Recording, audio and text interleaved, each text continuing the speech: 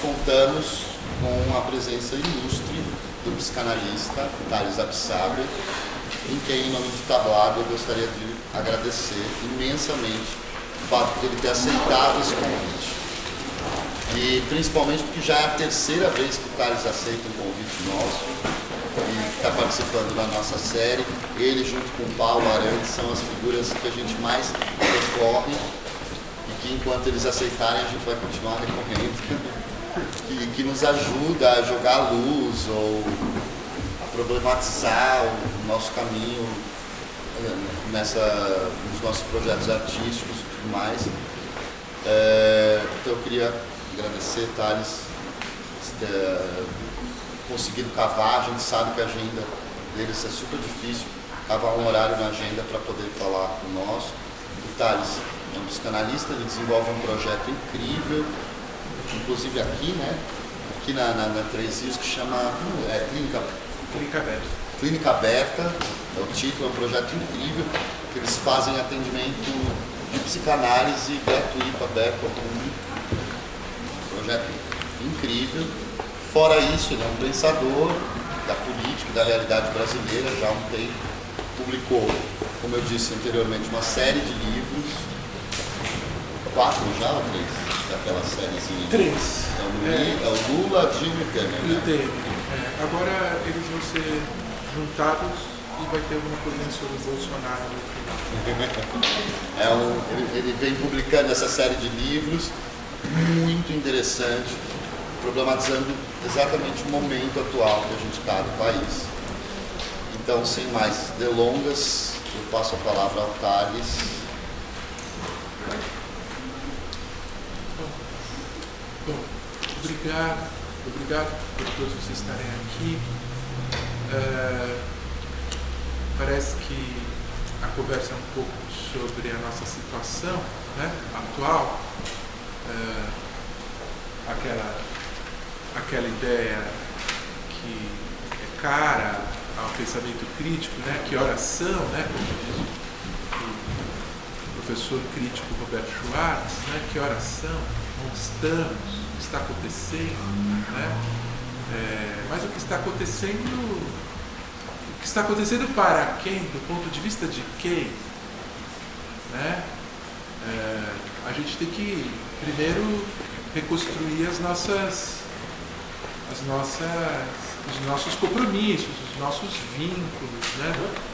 De onde é que a gente fala, para que direção a gente pensa. O que é uma obviedade do pensamento crítico ocidental, desde a emergência do iluminismo, mas desde a emergência da filosofia.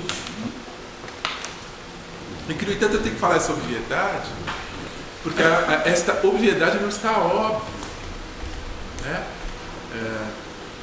E esse é um começo de questão, quer dizer, existe uma corrosão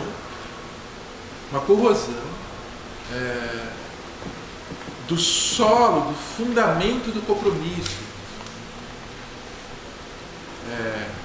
Por que trabalhamos, por que pensamos, para quem, em que direção, né? Provavelmente todos vocês que estão aqui, um trabalho de pensamento histórico e crítico, como eu, né? Como o Tablado, todos vocês sentem a vinculação do compromisso. Mas do ponto de vista da esquerda, vamos ter que começar a colocar aí umas especificações nessa conversa genérica que eu estou fazendo, né? Do ponto de vista da esquerda, do ponto de vista do pensamento progressista e crítico, nós sabemos que nos últimos 10 anos aconteceu entre nós, no nosso campo, uma série de diferenciações, diferentes pautas, diferentes compromissos, diferentes lutas, né? Todas reais e legítimas, né? Mas ao mesmo tempo, com essas diferenciações do nosso campo, Alguma coisa também aconteceu no nosso campo, aí incluindo a esquerda oficial, a esquerda institucional, a esquerda que disputa as eleições e que estava no governo, e que esteve no governo por muito tempo, por 3 eleições seguidas e uma 4ª malfadada. Alguma coisa aconteceu entre nós, no nosso universo, e com os partidos de esquerda institucionais, que no fim das contas, no último ano, nós elegemos um governo antipopular, antidemocrático, autoritário, que bota todos nós, com todas as nossas pautas, com todos os nossos compromissos, em risco. Isso também é uma responsabilidade nossa. Nós também, com as nossas políticas, o nosso entendimento das coisas, nós também participamos da construção da força de um projeto de extrema-direita no Brasil.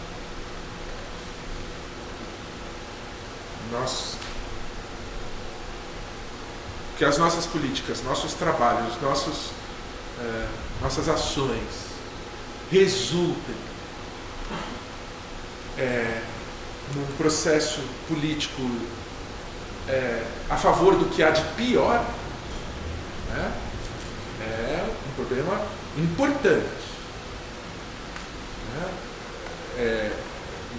Nossas questões e nossos problemas dos nossos vários grupos no campo progressista, o grupo das mulheres, o grupo dos negros, o grupo das mulheres negras, o grupo dos LGBTs, as várias questões particulares históricas. É difícil falar, né, para não usar o termo canhesco e rebaixado, identitarismo, né? Na verdade, são processos históricos diferenciados.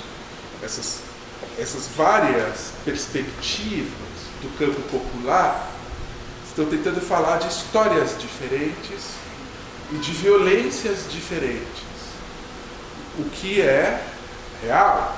Essas histórias existiram, essas violências existiram, né?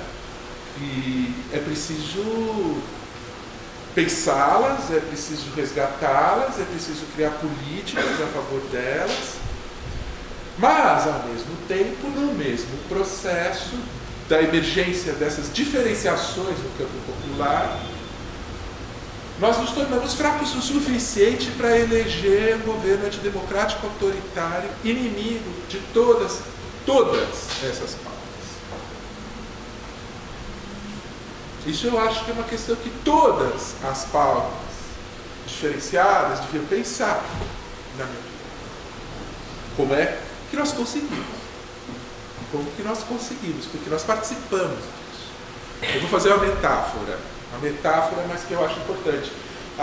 Na Copa do Mundo, aqui no Brasil, a seleção brasileira perdeu um jogo de 7-1. Né? Vocês lembram desse jogo? Jogo horroroso. O Brasil não jogou, uma loucura completa, delírio, coisa que nunca aconteceu no futebol brasileiro aqui. Uma Copa do Mundo, quer dizer, ali já tinha alguma coisa muito estranha no ar. Muito estranha. Né? E assim, perdemos um jogo de 7-1, a Alemanha jogou direitinho. A Alemanha fez o papel que ela tinha para fazer. Era um time que tocava a bola bem. Nada demais, nenhum craque, nada excepcional. A Alemanha arrasou o Brasil, porque o Brasil não jogou.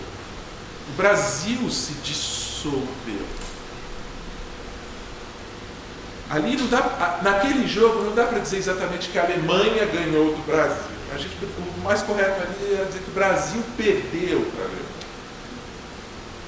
E ninguém perde de 7-1 jogando bem. Só se perde de 7-1 jogando muito mal. É isso que me interessa. Só se perde de 7-1 jogando muito, muito mal. Para uma seleção brasileira, então, é um escândalo. Né? Nós perdemos o espaço do governo para pessoas ignorantes, violentas, aquém dos parâmetros da democracia liberal mundial contemporânea, inimigos de todas as diferenças e de todos os trabalhos democráticos. A gente não perdeu politicamente para esse grupo porque a gente jogou bem, na minha metáfora. Não é possível. Esse pessoal sequer é a Alemanha. E agora está muito claro aí a rápida e acelerada degradação do governo e da liderança do governo. O que nós todos já sabíamos. Muita ignorância, muita irresponsabilidade, muito delírio, né? Um sistema delirante, violento e antissocial. Isso não tem como dar certo.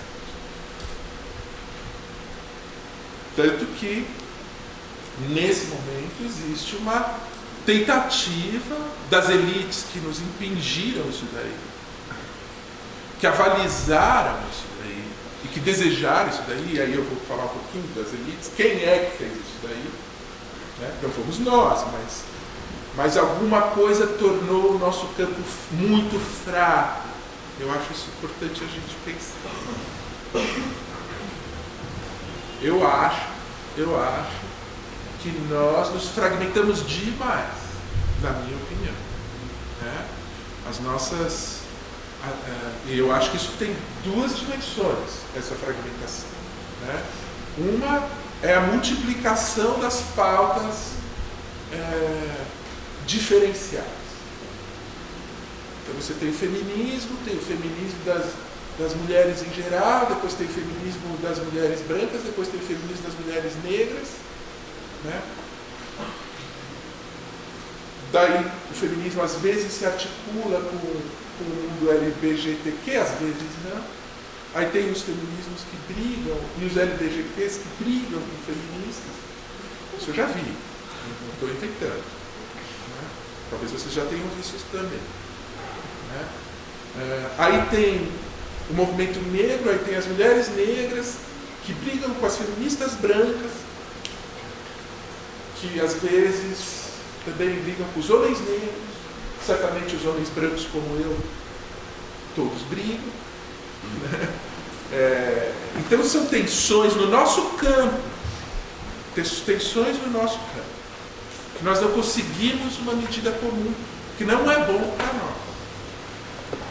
E eu não sei como é que nós vamos fazer política para sustentar as histórias diferenciadas e as pautas diferenciadas e para relembrar que nós temos um projeto comum. Embora muitos desses movimentos não gostem assim, da velha categoria de esquerda, mas é a ideia de classe trabalhadora que unifica todos nós. Todos nós aqui somos trabalhadores. Só que alguma coisa mais profunda aconteceu nos anos 80 e 90 que nós deixamos de ser trabalhadores na nossa representação de nós mesmos, embora sejamos. Não é interessante? Nós deixamos de ser trabalhadores, nós não nos olhamos mais politicamente como trabalhadores, nós nos olhamos como mulher, como homem negro, como gay, como mulher feminista negra, mas não como uma categoria que nos liga a todos. Nós não temos essa. Eu acho que esse é um dos motivos da nossa fraqueza. Um dos motivos políticos da nossa fraqueza. A nossa fraqueza é real, não sou eu que estou falando aqui. A gente tomou de 7-0 de fascistas ignorantes numa eleição. A gente perdeu uma eleição de 58 milhões de votos para fascistas ignorantes que odeiam todos nós, com todas as nossas pautas, qualquer uma que seja. Eles inventaram uma categoria unificada. Nós não nos unificamos. mas eles nos unificam. É bem interessante. Nós somos múltiplos e plurais e não temos... Cada um tem a sua pauta. Cada um tem a sua pauta quando a gente tem algum regime de democracia para sustentar essa tensão. Quando a gente tem fascismo, ninguém tem mais pauta nenhuma. Diante do fascista, o fascista faz a tábula rasa. Ele não reconhece nenhuma demanda. E nós não entendemos isso daí. Nós não entendemos isso. Nós esquecemos o que é a direita brasileira. No processo petista de 12, 13 anos, nós esquecemos. Vocês é uma geração de jovens, que não viram a ação da direita brasileira. A minha geração viu, eu tinha a idade de vocês, no processo da redemocratização. Para os anos 80, no fim da ditadura militar, que era uma barbárie. A ditadura militar, em 1981, estava colocando bomba em show de 1º de maio com 60 mil pessoas. Para dizer que eram os comunistas. Para fazer mais uma rodada de ditadura. Isso era o pessoal do Bolsonaro. Que era um cara tão radical e tão problemático que foi expulso desse exército, do exército da ditadura militar. E que é persona não grata nas tretas aí da direita. Como disse o general Geisel, né? Uma pessoa desequilibrada. O general Geisel, ditador, de 74 a 78. Uma pessoa desequilibrada. Um mal militar, com as palavras do general Geisel. Imaginem vocês. Com quem que esse cara se ligou? Se ligou com os porões derrotados da ditadura, não só pela democracia, mas pelo próprio exército. Quando a partir de 75 o exército diz: acabou a farra dos porões, que foi o processo de redemocratização. Acabou a tortura, o desaparecimento, porque era isso que eles faziam. E esses caras precisaram ser politicamente derrotados dentro do exército. Porque senão não teria democracia. E essa foi uma disputa dentro do exército que começou a posicionar o exército para sair da ditadura com muita pressão externa, né, de todos nós. Senão estariam até hoje lá. Então, assim, Bolsonaro, ele foi 6 vezes deputado federal, sem nunca ter apresentado um projeto. 6 vezes sem nunca ter apresentado um projeto, porque ele não precisa apresentar projeto nenhum, porque o projeto dele era a manutenção dos privilégios dos porões da ditadura militar, a manutenção da lei de anistia, que não tocava-se em torturadores e assassinos no país. Ele representava esses caras na democracia. Era só isso o Bolsonaro, e era para isso que ele estava lá. A partir do processo do impeachment e da emergência da nova direita, se destruiu, primeiro, a mediação universal do nosso campo, do campo progressista e do campo da esquerda, feita pelo PT desde a sua fundação em 1981. Se destruiu o lugar político do PT, se destruiu a legitimidade, se destruiu o continente. E essa é a segunda questão de por que nós perdemos força. Uma são as nossas próprias dinâmicas fragmentadas. Nós precisamos melhorar elas. Eu não acho que seja recusar. Eu estou falando da minha opinião, hein? Falando como eu vejo. Eu sou papa de ninguém, cada um faz o que acha que tem que fazer. Mas eu, né, como pessoa comprometida, a favor de todas as causas, vejo assim. Vejo assim. Posso estar errado. Vejo assim.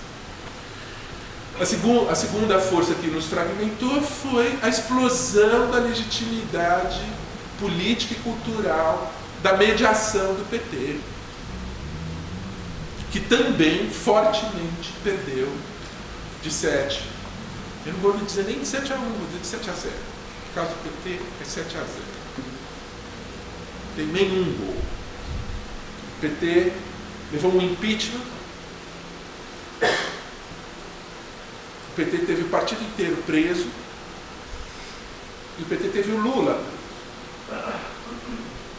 E nessa condição, em 3 anos, com todas essas derrotas violentíssimas que se deram porque a direita ocupou o espaço público, ocupou a rua, ocupou fortemente a internet e produziu dentro da democracia, isso é tudo democrático, até aí nós estamos dentro da democracia, produziu um texto político para impedir, para colocar o PT em impedimento, para continuar nas metáforas futebolísticas, colocar o PT em impedimento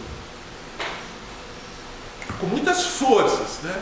Uma força muito importante da direita é a produção de massas disponíveis para a luta política à direita, apaixonadas, fascistoides. Poxa, a gente poderia ter passado meu filme aqui, intervenção, que mostra esse negócio na internet, um documentário que eu fiz, que mostra esse negócio na internet. A criação dessas massas apaixonadas à direita, que é uma paixão política. O fascismo é uma paixão política. Uma parte, ele tem energia, ele produz energia. Então, por um lado, aconteceu isso, a esquerda não entendeu. Enquanto eles estavam se unificando ao redor de um discurso, que era o antipetismo, eles estavam se unificando, e isso ia do mais louco, alucinado, violento, ignorante, fascista, até o mais elegante banqueiro internacional da Avenida Faria Lima e da City de Londres. Todos eles diziam: o PT não dá mais, passando pela Globo, passando pela Globo News, pelo Jornal da Globo, pelo Idervac, não pode mais. Enquanto eles construíram isso ao longo de 3 anos, nós recentemente não entendíamos que o Bolsonaro podia ser presidente. Porque podia sim. Porque a coisa deles era uma cisão. Qualquer coisa menos o PT. Eles fecharam a questão. E nós estávamos muito fracos. De algum modo, nós estávamos muito fracos. Uma demonstração da nossa fraqueza é que o importantíssimo movimento no auge do primeiro turno, chamado Ele Não, que enigmaticamente foi convocado por mulheres feministas desconhecidas dos movimentos feministas combativos. Eu, na época eu me lembro, as feministas que eu conheço, quem que são essas mulheres que estão convocando isso daí? Elas não sabiam, eram umas mulheres que apareceram naquele momento ali. As mulheres eram umas publicitárias tucanas, que estavam tentando fazer o Ele Não, para derrubar, como última tentativa de derrubar o Bolsonaro e alavancar o Geraldo Alckmin. Tudo bem. Democracia. Elas convocaram.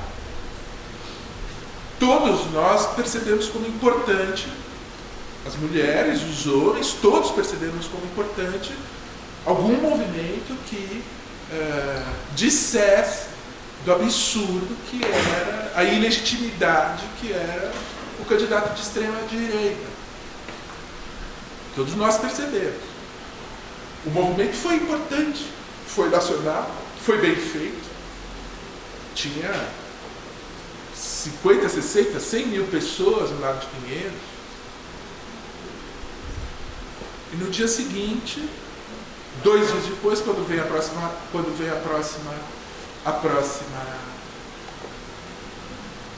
pesquisa, Bolsonaro subiu. Subiu entre as mulheres populares. Subiu entre as mulheres populares porque essa extrema-direita tem um controle ilegal da internet e produzia massas de propaganda fascista e notícia falsa que ia direto na vida popular e que desenhou a crítica progressista, democrática contra o fascista do jeito que quis, transformando as feministas lá na sua propaganda fascista de massa na internet, transformando as feministas brasileiras em monstros. E tudo isso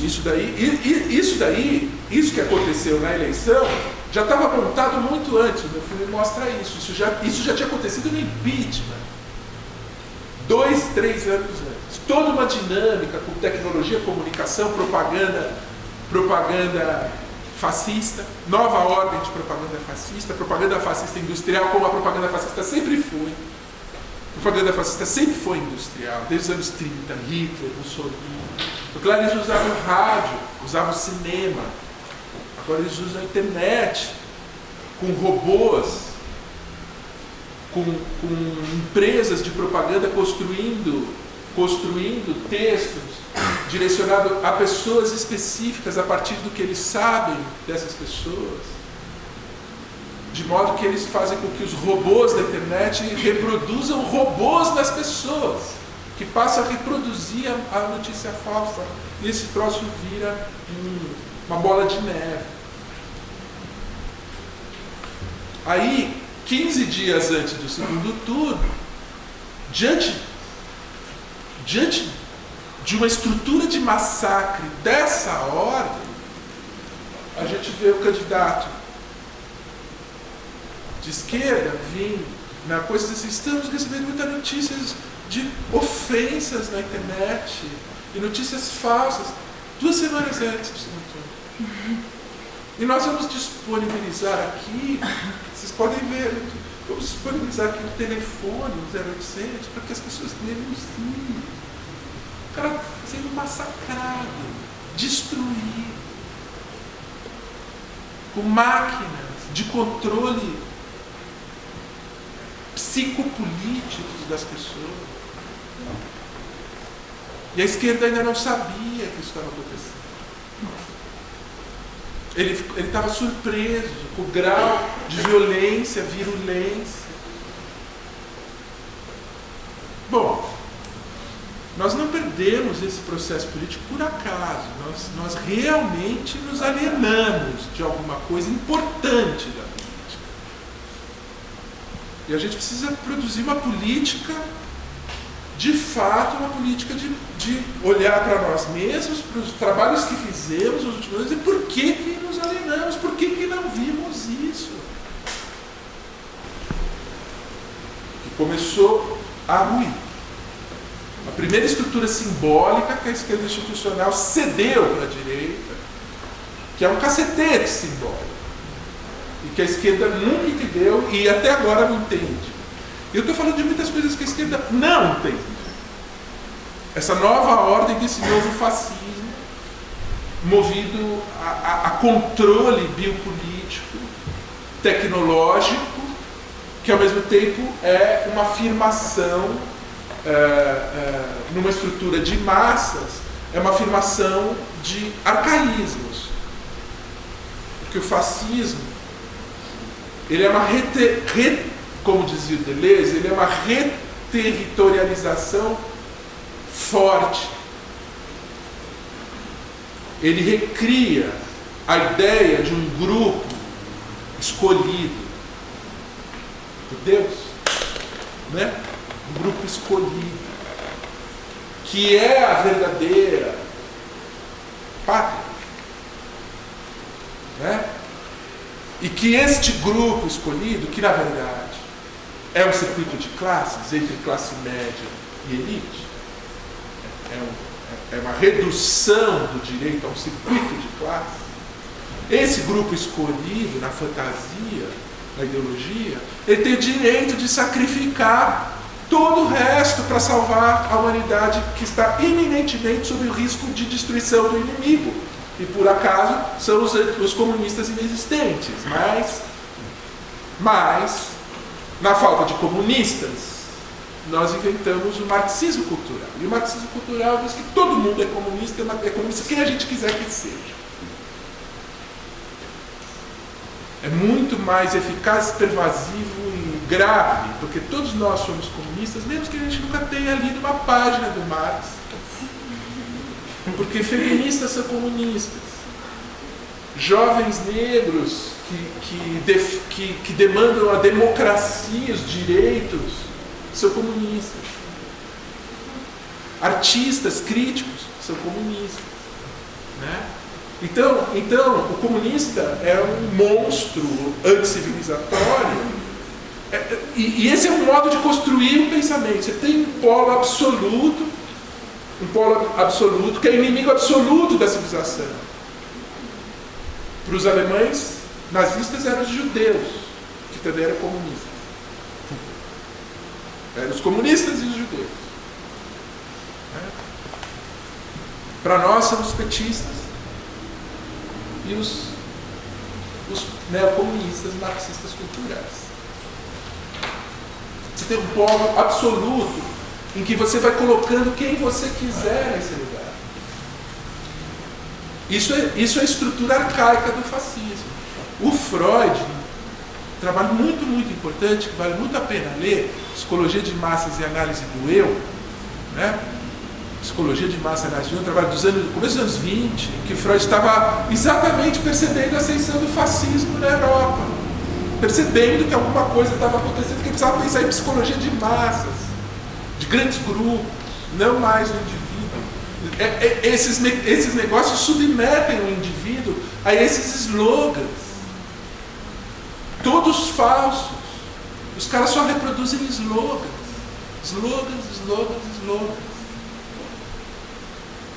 É um conjunto de slogans. É a subjetivação para a propaganda fascista. As pessoas só falam a mesma merda. Os mesmos, né? Tipo, Coca-Cola é isso aí. Tipo, comunista tem que morrer. Eu falei, que comunista? Essas mulheres feministas. É isso, se resume a isso. Você criou um exército blindado que tem uma fronteira psíquica e um resto que, dependendo do desejo, da estrutura do poder, está disponível para o sacrifício. Essa é o neofascismo. Nós estamos num campo neofascista. E a liderança extremada, extrema-direita, desse processo, ela é ditatorial. Nós corremos riscos. Por isso, né? A gente estava conversando, pode ser até melhor um general de direita democrata e não fascista, que é uma questão que está colocada, do que uma liderança popular fascista de direita. Inclusive porque essa liderança é muito irresponsável. Essa coisa só está colocada porque os poderes que decidiram esse jogo nessa direção, que lastrearam e legitimaram a eleição de um neofascista, eles estão nesse momento, né? Na semana passada tinha Financial Times, jornal mundial do capitalismo mundial, do grande capital, matéria: o mercado talvez não esteja preparado para a incompetência do Bolsonaro. Matéria do Financial Times. Quer dizer, cada vez que o Bolsonaro abre a boca, com o sistema delirante dele, ele arrasa um quarteirão no mercado. Cai bolsa, nego perde dinheiro, o dólar sobe cada vez que ele abre a boca. Isso é problemático. Eles não estavam contando com o óbvio, com o fato de que o cara é totalmente fora da realidade da trama. Da nossa, evidentemente que ele é, sempre foi, mas ele é da realidade do capital, porque ele só lida com o que ele delira. Ele tem um jogo próprio, só lida com o que ele delira.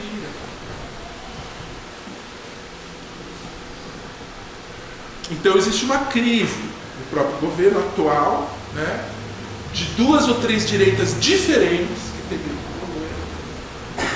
A gente pode ver bem isso no Ministério da Educação, que nos interessa muitíssimo a todos. O Ministério da Educação, três grupos disputando o Ministério da Educação. Os bolsonistas radicais delirantes, cuja ideia é botar o Ministério da Educação para perseguir universidades e professores e acabar com isso que nós estamos fazendo aqui. Claro, porque eles, na lógica deles, eles só têm poder se a gente desmobilizar a vida popular. Tem que atacar os professores, é a continuidade da violência anti-marxismo cultural. Tem que atacar o espaço democrático, tem que atacar os encostos, tem que atacar a discussão.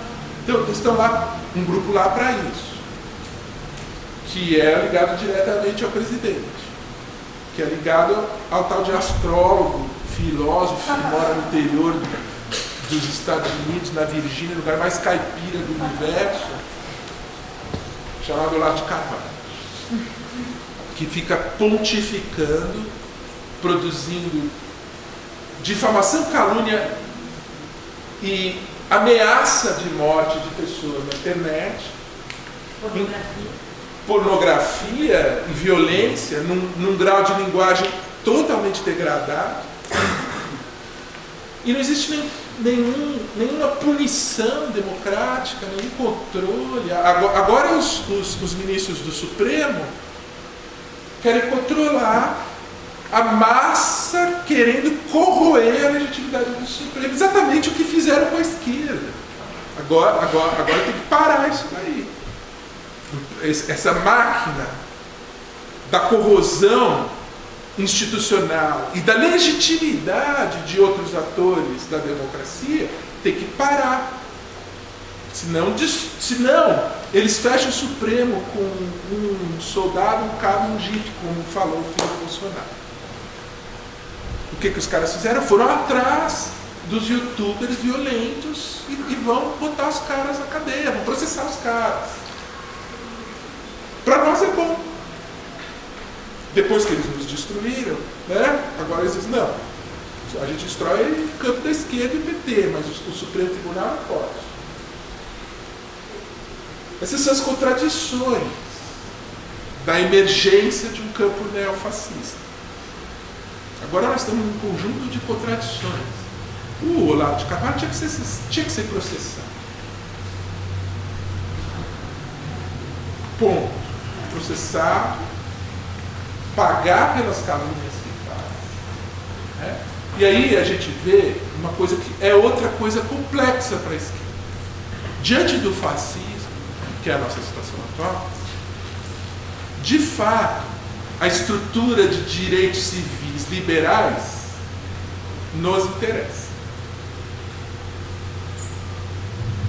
Diante do fascismo, a gente pode barrar, se a democracia existir, o fascismo quer dissolver. E ele só emergiu porque ela não existe direito, senão ele não teria emergido. Se a democracia existir, a gente deveria usar a lei e garantir a lei.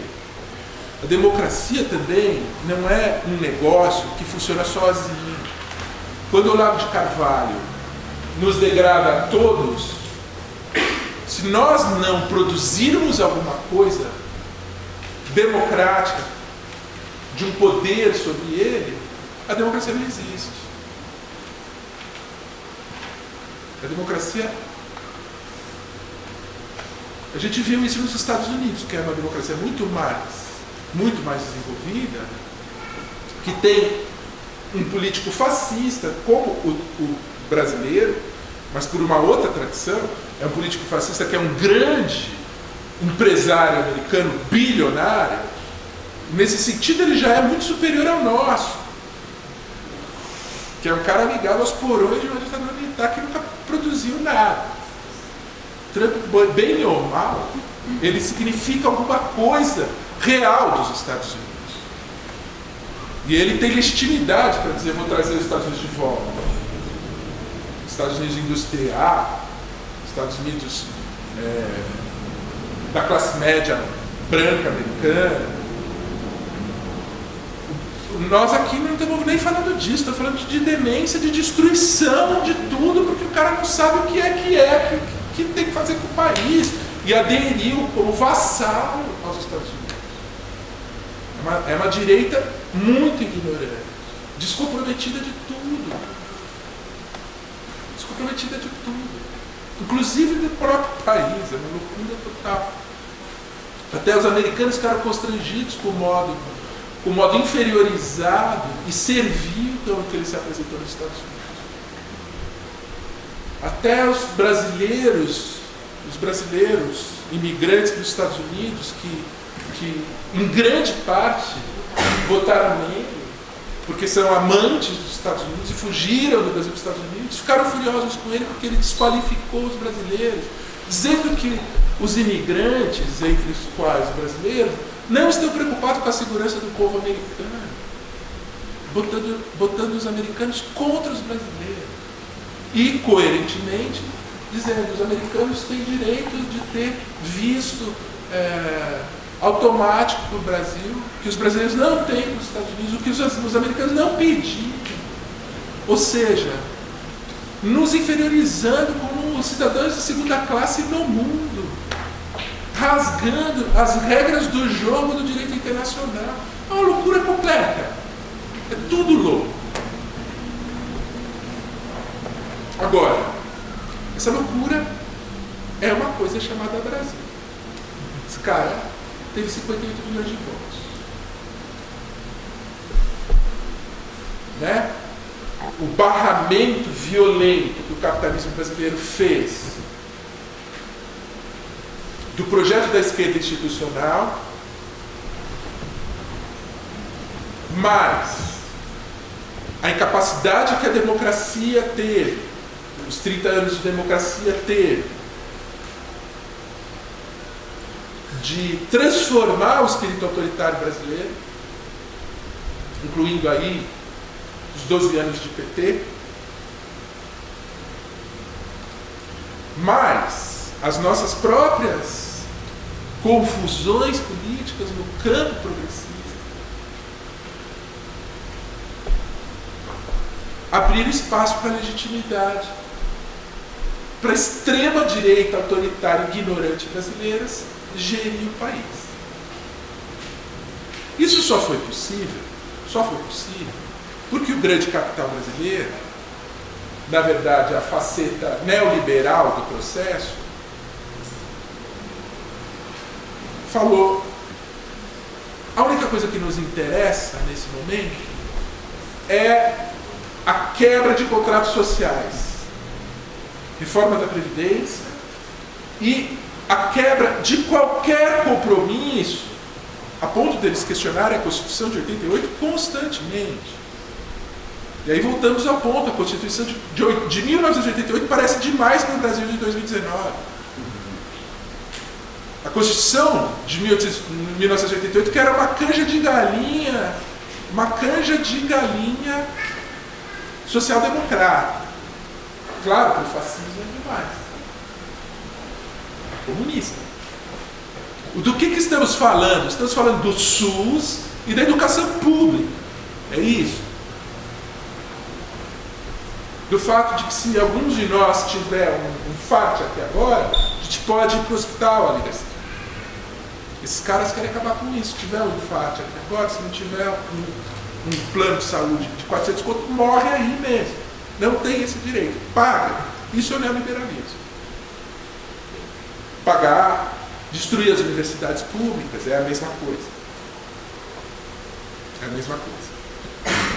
Então, essas coisas são de interesse de classe, não são de interesse de mulheres, brancos, pretos, índios, são de interesse de todo. De todo. Essa estrutura de direito, né, árdua, que foi construída arduamente ao longo de 20 anos de ditadura militar, que está sob bombardeio, a gente tem que ter clareza do que ela significa. Os caras têm clareza, eles têm clareza, eles querem cortar. Por que eles querem cortar? Porque eles querem essa grana. Não é porque eles são maus, não é porque eles querem que a gente não tenha escola e morra. Eles não são maus, eles são bacanas, eles querem a grana. Essa grana tem que ir para os bancos, para diminuir a dívida, porque aí então o capitalismo, os grandes fundos vão investir no Brasil, porque o Brasil, a lógica deles é essa, é uma lógica automática do capital. Vai investir no Brasil porque o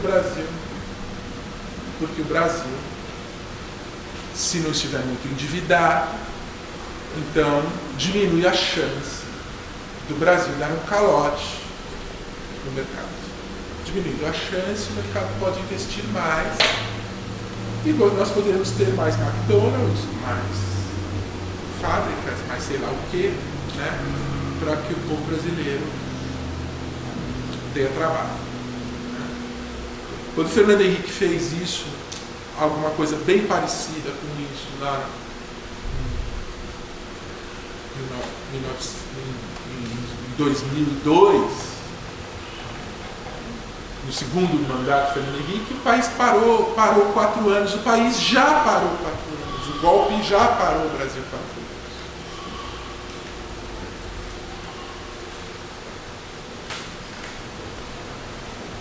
Já parou o Brasil 4 anos. 13 milhões de desempregados, mais 5 milhões de pessoas que pararam de procurar emprego, né? Temos 20 milhões de pessoas na miséria, aumento de violência, e aí a resposta é não, aumenta a violência policial, aumenta a violência militar. Né? Então, assim, a nossa situação é péssima, é muito importante a gente conversar, porque a gente não chegou numa situação péssima porque a gente estava muito consciente dos processos. Né? Então, voltando atrás, o 1-0 que a esquerda institucional tomou e começou a dar força para o processo da nova direita foi ao redor da questão da corrupção. Uma coisa que o Tablado aqui explorou bastante, umas peças muito interessantes, né? Que é o vínculo corrupto da esquerda com o próprio sistema político brasileiro. A esquerda não fez nenhuma diferença, mas os caras inventaram um significante que funciona. A esquerda fez uma diferença enorme na corrupção. A corrupção sempre existiu, mas da esquerda é muito maior. Muito maior, muito organizada. A corrupção, o cara que acabou, o Paulo Preto aqui, o engenheiro aqui do estado de São Paulo, acabou de declarar que tem 137 milhões de reais na Suíça, declarar para legalizar o dinheiro na Receita, para tentar dizer que foi um dinheiro legal, 137 milhões. E é tudo dele, não é do Aloysio Nunes Ferreira, não é do José Serra, não é de nenhum outro do canto, tudo dele, 137 milhões. Mas essa corrupção é diferente da esquerda. Ela é menos organizada, enfim. A esquerda perdeu totalmente a mediação simbólica do problema da corrupção, no qual ela estava totalmente envolvida. Entregou isso para Sérgio Moro, entregou isso para a Globo, entregou isso para o Bolsonaro, que falava sozinho da corrupção da esquerda. A esquerda não falava nada, dizendo não fiz isso. Aí os caras falavam aqui, 100 milhões da Petrobras voltando, mais 100 milhões, mais 100 milhões. Não. O Lula foi preso dizendo não para isso daí. Aí tem um erro político muito grave. Eu vou dizer o último erro político da esquerda. Falei 1-0, vou falar de 7-0. O último. São muitos. Eu estou falando da esquerda institucional. O último erro político grave, e agora o Lula reconhece, dizendo que está muito preocupado com o destino da esquerda, do PT e dele, né? Foi ter insistido na candidatura do Lula impedido, preso, com a máquina antipetista montada há 3 anos, para o Haddad na última semana dizer: eu não sabia que tinha isso.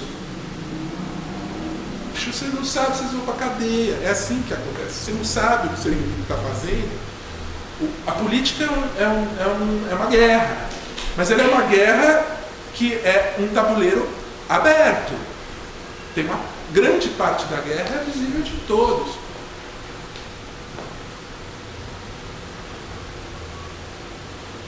Um poker aberto. Então, o último erro petista foi ter insistido na candidatura petista, com o Lula preso. Eles colocaram o candidato do PT no último segundo para fazer campanha um mês. Um professor da USP, super elegante, ninguém nunca tinha ouvido falar, para enfrentar um populista de direita com todo o aparelho que o populista tinha. Quando existia um candidato que era um político verdadeiro, com habilidade de linguagem, no campo progressista, falando, se o PT vier comigo, a gente multiplica as forças, o que era verdade. Mas o PT não quis. E agora estamos aí, né? O PT é capaz de dizer assim, nós ganhamos a eleição, já vi o Carinha falando isso, ganhamos a eleição porque temos a maior bancada no Congresso e fomos massacrados pelas mentiras ilegais da direita, então nós ganhamos a eleição. Tá bom, vai nessa. Vai ganhando a eleição desse jeito. A maior bancada do Congresso do PT tem 55 deputados. Realmente a maior. Tem 540 deputados. A bancada do PSL, um partido de aluguel de extrema-direita que só tem policial e radialista de extrema-direita, que é o partido do presidente, tem 54 deputados. Do tamanho do PT no Congresso. E a gente não tem visto o PT sequer falar no jogo contemporâneo. Né? Talvez estejamos esperando ainda uma luz vinda da cadeia do Lula lá. Dizer o que quer ter que fazer. Esse, aliás, que é o meu livro sobre Lula, dizia isso, na medida do possível na época, que era o grande erro de transformar a política de esquerda numa espécie de neocaudilismo pós-moderno que o Lula nos salvará de tudo. Então, a gente acreditou tanto nisso, tanto, que os caras prenderam o Lula e a gente não tem mais política. Estamos esperando o Lula nos salvar. É messianismo. Então, assim, são muitas camadas muito profundas de erro. E nós precisamos realmente conversar muito. E nós precisamos olhar para os nossos próprios processos. E nós estamos numa situação muito difícil, porque de um lado temos um governo fascista, cujo melhor destino para nós são militares de direita tomar o poder dentro da democracia, quer dizer, com o presidente caindo, né? E nós vamos ter que arriscar, né?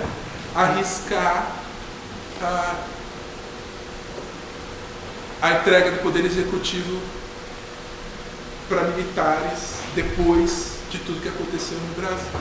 Agora, veja bem, numa escala muito mais ampla, isso fala da insolidez da vida no Brasil, que é aquele famosíssimo Fio de Terra em Trânsito, que eu gosto muito, é a obra-prima desse problema. A história vai, chega num lugar e num momento, a história rompe, quebra a sua continuidade, o fascismo faz isso, ela quebra a sua continuidade e ela volta para trás, como se nada tivesse acontecido. E o processo de uma história que parece que está acumulando alguma coisa, não acumulou nada. Esse é o lugar do Brasil no mundo, como você falou. É o lugar do Brasil na história. É a filosofia da história do Brasil. É terra em trânsito. É circular, incompleta, ruinosa, portanto alegórica. Você não consegue uma razão, sequer sustentar uma razão moderna. Você explode. E nós precisamos prestar muita atenção, porque ao contrário do que as nossas ilusões nos dizem, nós estamos num estado, campo progressista, nós estamos num estado de todos contra todos. Estamos fragmentados. Nós precisamos aumentar a nossa vinculação, o elemento erótico da vinculação, o vínculo amoroso, como dizia um psicanalista, amoroso aí no sentido exatamente que liga com a diferença, liga com o outro. Chega da gente só se ligar iguais. É pouco democrático a gente só se ligar iguais. A gente tem que se ligar com o outro, que é o contrário do que os fascistas fazem. Expulsa todo mundo e quer uma identidade muito integrada. É praticamente igual à da propaganda da televisão. Uma identidade industrial reprodutiva. Né? Bem, falei muita coisa, me desculpa a confusão, né? Mas a confusão tem um pouco a ver com a confusão da situação real. Né? Obrigado pela atenção.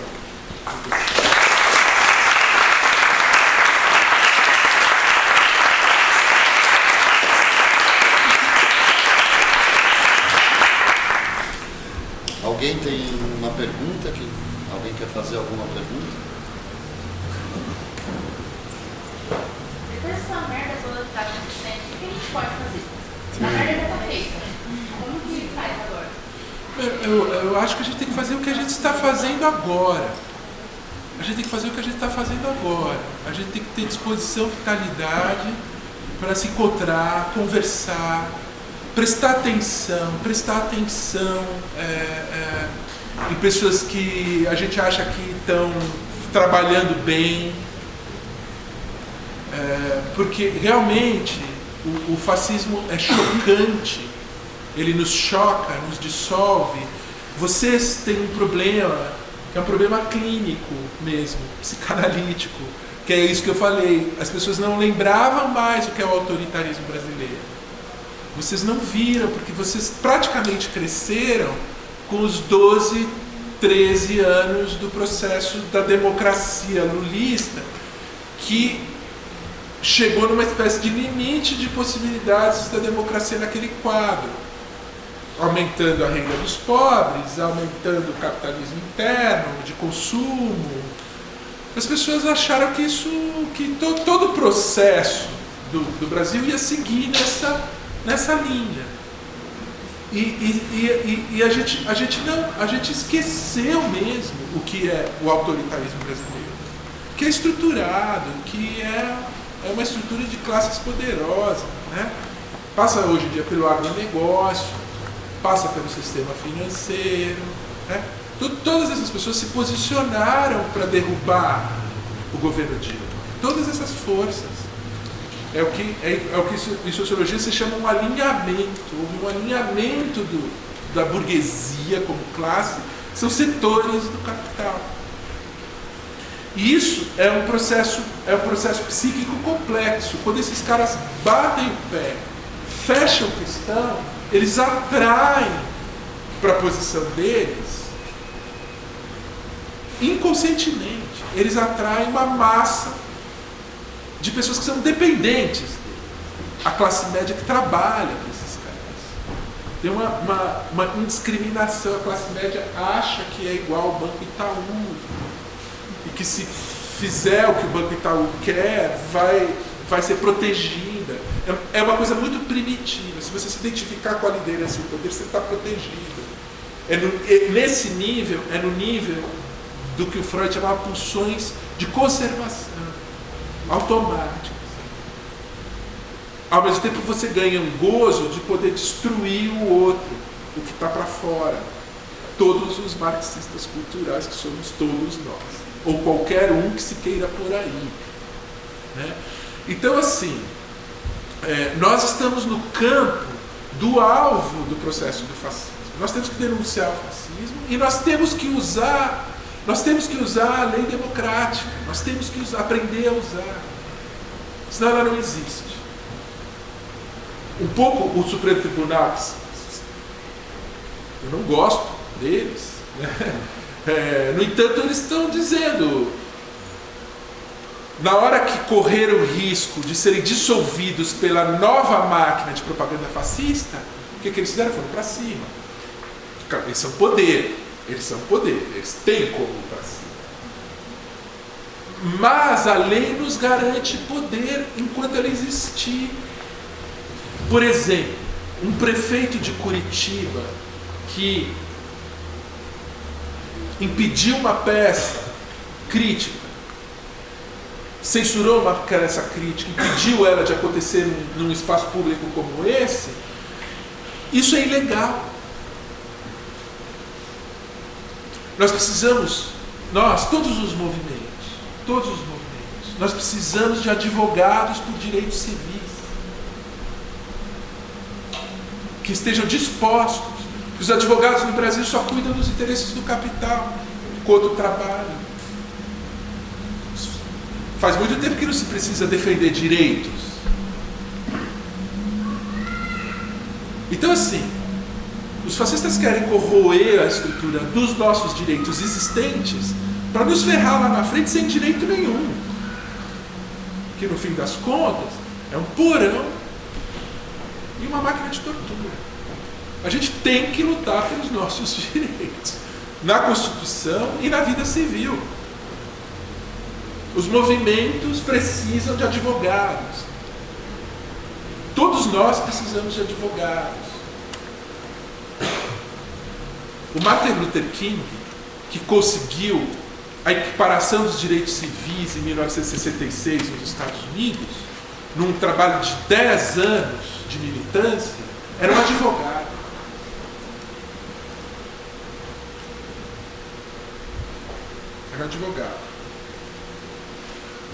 Então nós temos que prestar atenção, nós temos que nos cuidar, né?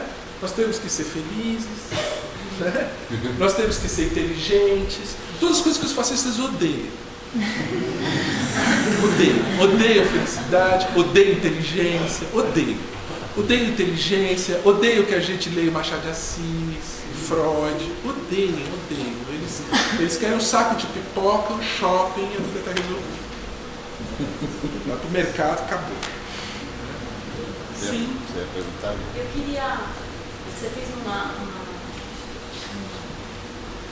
leitura tão interessante do processo da esquerda, e aí eu queria saber, na verdade, como que você viu aquele pequeno momento que foi quase que um pouco antes da que a gente chamava de vira-volta, foram aquelas 2 últimas semanas antes da eleição, né, do segundo turno, em que a gente sentiu, na verdade, assim, eu não sei como vocês são mais novos, mas que teve, de certa forma, aquilo que estava muito fragmentado por um medo, eu acho, de um iminente dele, né, conseguir ganhar, que agora já é consumado, mas teve um movimento, né, ali nasceu alguma coisa que poderia ter, de novo já se diluiu, né? A gente consegue ver que isso não permaneceu. Claramente um momento ali e que depois já se diluiu, cada um voltou para as suas lutas individuais, né? Ou alguns caras ainda estão amargando, né, essa derrota e tal. Eu queria saber como você, como psicanalista, como é que você enxerga isso? Porque a gente falou muito do processo antes de fazer a peça. O Alexandre, inclusive, escreveu um texto sobre esse momento, sobre essa sensação. E a gente falou muito desse lugar do medo, que não esse medo que paralisa, mas esse medo que na verdade, ele é transformador, ele te move, né? Eu queria saber como é que você viu isso?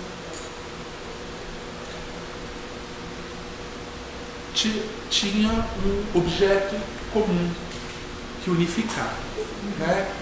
Naquele momento, diante do inimigo catastrófico, ninguém mais tinha nenhuma alternativa senão batalhar pelo projeto comum, né? No meu entender, o erro da esquerda institucional foi não ter feito isso antes, foi não ter criado essa força antes. Quando o Lula viu que ia ser preso, o Lula que ele tinha que ter percebido que ia ser tirado do jogo, ele não ia ser preso para voltar, e ele já estava inelegível, ele devia ter feito essa unificação e já unificado o campo crítico da esquerda. Chamar das forças presentes, dizer, somos nós, eu estou fora do jogo, vocês vão levar, e ao mesmo tempo, isso desde já vai unificar o nosso campo. Eu acho que assim mesmo perderia, dado o tamanho da máquina que a direita construiu. Assim mesmo perderia. Mas perderia de um outro jeito. Seria uma outra derrota. Eu achei aquilo ali assim, bonito, porque as pessoas ganharam 1 segundo de luz e de respiro, de esperança, de serem sujeitas de um processo que foi uma construção de um massacre. Mas, ao mesmo tempo, eu pessoalmente achava bastante ingênuo. Que depois do que os caras fizeram e do controle que os caras tinham, as pessoas iam virar voto na esquina do garçom que serve a garrafa de cerveja. As pessoas já tinham decidido, né? E assim,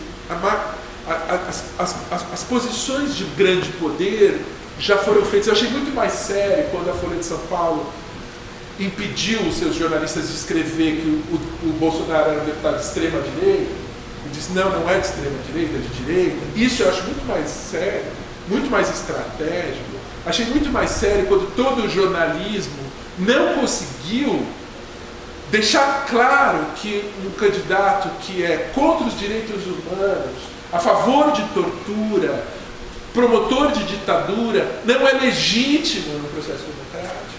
E os caras suspenderam. Então, assim, tudo isso foi feito para o cara ganhar. Nada disso é por acaso, né?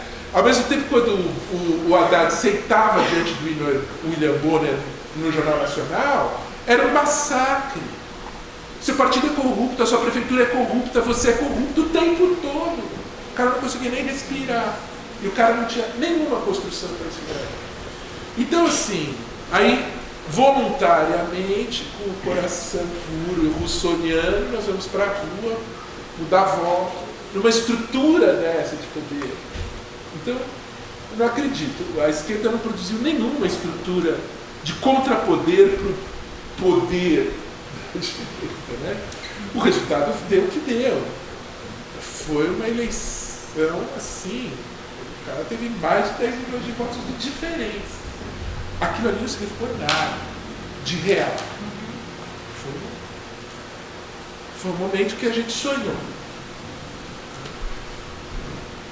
Dá tempo de mais uma pergunta para a gente passar. Não, temos 2 perguntas. Então vamos ouvir as duas. Vamos ouvir as duas. Sim. Você falou a respeito de alguns erros da esquerda. A respeito de alguns erros da esquerda para a ascensão da esquerda-direita no Brasil. Só que a gente teve a ascensão de outras direitas nos Estados Unidos, na Argentina e a quase eleição também na França. Se a gente pode responsabilizar essas esquerdas também por essas ascensões ao redor do mundo. E você comentou um pouquinho, você falou um pouquinho mais, qual a diferença da nossa extrema-direita para essa outra direita? E se ela é muito mais perigosa? São duas, bem rapidinho. A primeira é sobre a manipulação de poder.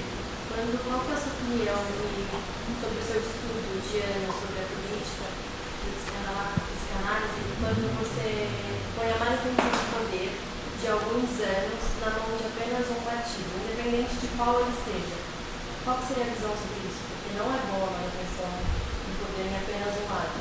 E a outra é quando você coloca os neofascistas, os dos novos fascistas, de agora, de 2019, em que eles tomam nós, apenas como uma única estrutura, se o discurso deles sobre nós caberia na teoria hipodérmica, a teoria da bala mágica, que foi construída há alguns anos atrás sobre o discurso de Hitler, né? É uma coisa bem, talvez, distante, mas caberia um estudo sobre isso. É isso. Então, a ascensão das novas direitas no mundo. Na verdade, não é tão grande como se diz, porque é um movimento que está acontecendo. A questão importante aí foi a guinada dos Estados Unidos para um campo de extrema-direita americano, que é diferente do nosso.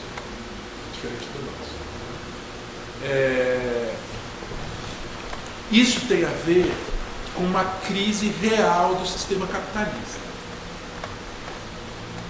São resultados tardios, mediados, da crise do capitalismo de 2008, que foi uma crise econômica mundial, que mudou os parâmetros da economia do mundo inteiro e que se tornou a crise que ia dissolver o árduo projeto social econômico lulista. O Lula construiu toda a sua produção, que funcionou, foi boa para o país, ao seu modo, produzindo capitalismo do tipo americano, integrador de mercado, por 10 anos. A partir da crise de 2008, uma crise feita em Wall Street, se desorganizou o circuito mundial da economia. O processo lulista era baseado numa estrutura econômica global em que o Brasil vendia muitas commodities para a Europa e para a China. Depois de 2008, a China reduziu a sua economia em 60% o seu crescimento. A China crescia 12% ao ano, que é uma coisa fabulosa. O Brasil era um vagão que ia junto. Então, a China estava na vanguarda do processo do crescimento mundial. A China passou a crescer 5%. De um ano para o outro. Os Estados Unidos diminuiu a economia dele em 12%. Reduziu a economia americana por causa da crise de 2008. 12% da economia americana era falsa. Eram papéis falsos no mercado de Wall Street, capitalismo. Papéis falsos. Quando os caras pararam a economia e falaram, vamos ver o que é real, 12% não existia. Era dinheiro que não tinha nenhum lastro, era só negócio de papel que os caras estavam vendendo. Então, aquela crise foi a crise mais forte da economia mundial desde 1929. Ela é uma crise equivalente de 1929. E ali começou o processo de desorganização de todo o circuito da globalização econômica dos anos 80 e 90. A direita brasileira percebeu que era um momento político de bater no governo, porque o governo não teria como refazer sua política. Ele ia ter que enxugar o Estado, porque ele não tinha dinheiro suficiente mais para a política lulista anterior. Era já o governo Dilma. Ali começa um braço de ferro. O governo Dilma de 2011, 2012, um braço de ferro em que a Dilma, desenvolvimentista, tenta manter o Brasil produzindo pelo Estado, um neo-keynesianismo. O Estado vai investir, o país vai continuar produzindo para continuar produzindo emprego, para continuar produzindo consumo. E isso funcionou por 2 anos. Depois da crise, o Brasil estava tão alavancado no processo que funcionou por 2 anos. Daí era necessário um ajuste econômico que na verdade era o mercado que estava forçando, ter que diminuir essa produção econômica, que foi o que eles fizeram depois, quando tomaram o poder, diminuir. Né? Porque isso produz inflação e tal. Ou se a esquerda soubesse do jogo mais complexo da democracia, era necessário sair do poder, entregar o poder ali. Dizer, não, nós mantemos o nosso projeto, e se é para fazer um ajuste econômico, grave contra o povo brasileiro, nós não vamos fazer. Quem vai fazer isso vai ser o Aécio Neves. Se eles tivessem feito isso, nada tinha acontecido. Você vê, é importante saber entrar e é importante saber sair. Na regra do jogo da democracia liberal. Nada tinha acontecido, eles não teriam sido presos. Teriam, porque tem que anular o Lula, porque o Lula volta, o Lula ia ser preso. O Lula era muito importante prender o Lula, porque o Lula ganha qualquer eleição. E ganha qualquer eleição por causa do bom governo dele. Não é por causa dos olhos dele, por causa do bom governo dele. Ele foi testado e foi bem no caos do Brasil. Né? Então, assim, de fato, faz parte do jogo saber sair. Saber sair na hora adequada. Se tivesse saído, tinha saído organizadamente, tinha organizado uma oposição no Congresso, não teria tido impeachment, não teria crescido a extrema-direita. Vai vendo. As vantagens de ter saído. Talvez até o Lula não fosse preso. Porque o quadro era completamente diferente, entregou o poder, tá? Talvez até não fosse preso. Né? Agora, forçou uma quarta eleição, porque achou que tinha poder, que não levou. Ganhou, mas foi impedido de saída, nunca governou, foi 1 ano e meio, foi só processo de impeachment, todos nós vimos. Então, tem um jogo amplo, complexo da política nesse processo da democracia liberal, que a própria esquerda não sabia, nem a direita sabia. Porque depois do impeachment, a direita se arrasou também. Os tucanos se arrasaram também. Semana passada o Temer foi preso também. Então, os caras destruíram todo o jogo que existia até então. Para destruir o PT, eles destruíram o país. No meu entendimento foi isso. Para destruir o PT, eles destruíram o país. Porque realmente chegar num deputado de extrema-direita, violento, antidemocrático e ignorante, é porque o país acabou. O país acabou. Agora, essa teoria da bala eu não conheço. Depois eu vou ver. Como é que chama a bala? Teoria da bala mágica. Da bala mágica? Você pode dizer um pouquinho? É assim, é que quando é inserida uma notícia no meio, porém a massa que vai receber essa notícia, ela é colocada como todos iguais, sem distinção de gênero, sem distinção disso que você disse, de todos aqui somos iguais, sem levar em consideração as nossas características socioeconômicas, social, nada. É só inserir uma mensagem e você disse uma coisa que eu acho que entra um pouco nisso, que você disse de, PT chega, PT acabou, e PT é isso, não tá mais. E quando isso foi inserido na mídia, na internet e levando fake news, isso inseriu e subiu uma raiva muito grande e que eu acho que caberia no estudo dessa teoria da bala mágica, que foi muito usado também no Hitler, quando ele divulgava as notícias pelo rádio. Essa posição simbólica é uma posição subjetivante. Se você está contra o PT, você está certo. Não importa se você fala mentira, se você... É uma posição de princípio totalizante. Ao mesmo tempo, as fake news... Eu acho que no Brasil não era necessário esse grau de sofisticação, porque o Brasil é muito mais grosseiro, e aí é a história do autoritarismo brasileiro. Né? Porque o autoritarismo brasileiro tem uma linha profunda que liga com a origem escravocrata do Brasil. Por isso que ele é diferente de outros autoritarismos. Na Europa, um fascista diz assim: o estrangeiro é o nosso inimigo. O não alemão, o judeu é o estrangeiro. Falsificação. Mas é o estrangeiro. O Trump diz: os estrangeiros são inimigos dos americanos.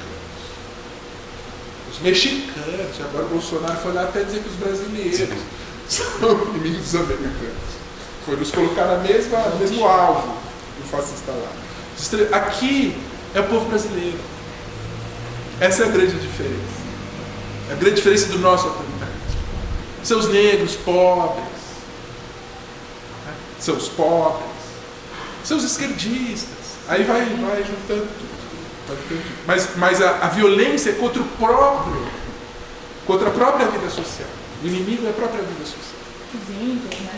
Os índios, né? Os índios são culpados no Brasil. Os índios. Culpa terra. Porque eles querem uma fazenda ali para eles não tem que matar eles. Entendeu? Porque não dá, o Brasil não suporta os índios. Então essa é a nossa diferença mais radical em relação. O Trump é um desenvolvimentista americano nacionalista. O que ele quer é a mesma coisa. Veja como as coisas são. Era a mesma coisa, fora as fronteiras fechadas, que o lulismo queria. Mesma coisa, reindustrialização. Que é o único caminho para dar emprego qualificado no país. O senhor quer reindustrializar os Estados Unidos. O lulismo queria reindustrializar o Brasil. Só que o Lula é democrático, o Trump é autoritário. Isso é a diferença. Você quer fazer pergunta? Eu queria fazer umas 500. Não, mas eu queria. Eu quero passar a palavra também para o Peter. Tá, depois a gente continua. A gente tem que ter 50 minutos. Se somar ontem com hoje, então. E à medida que vai. Que bom que vocês fazem esses encontros, né? Labirinto Brasil. E lembrar, eu apresentando o Thales, falei que ele já veio 3 vezes. No fim desse ciclo de debates, nós vamos fazer o lançamento, já na semana que vem, da publicação que tem o debate passado, que você está, inclusive, foi lá no Sesc Ipiranga. E o Paulo também. A gente vai fazer, pela primeira vez, vai ser uma publicação web só, para a gente poupar o papel e o gasto de distribuição. Então, no fim dessa semana, a gente vai fazer um lançamento também, quem for continuar acompanhando. Bom, eu queria mais uma vez, em nome do Tablado, agradecer o Thales, dizer que todas as vezes que ele vem, com as falas, as provocações e as iluminações, é muito decisivo e importante para o nosso trabalho, assim, especialmente. E falar que a gente vai ter um intervalinho e vai ter o professor logo na sequência, o professor Peter Paulo.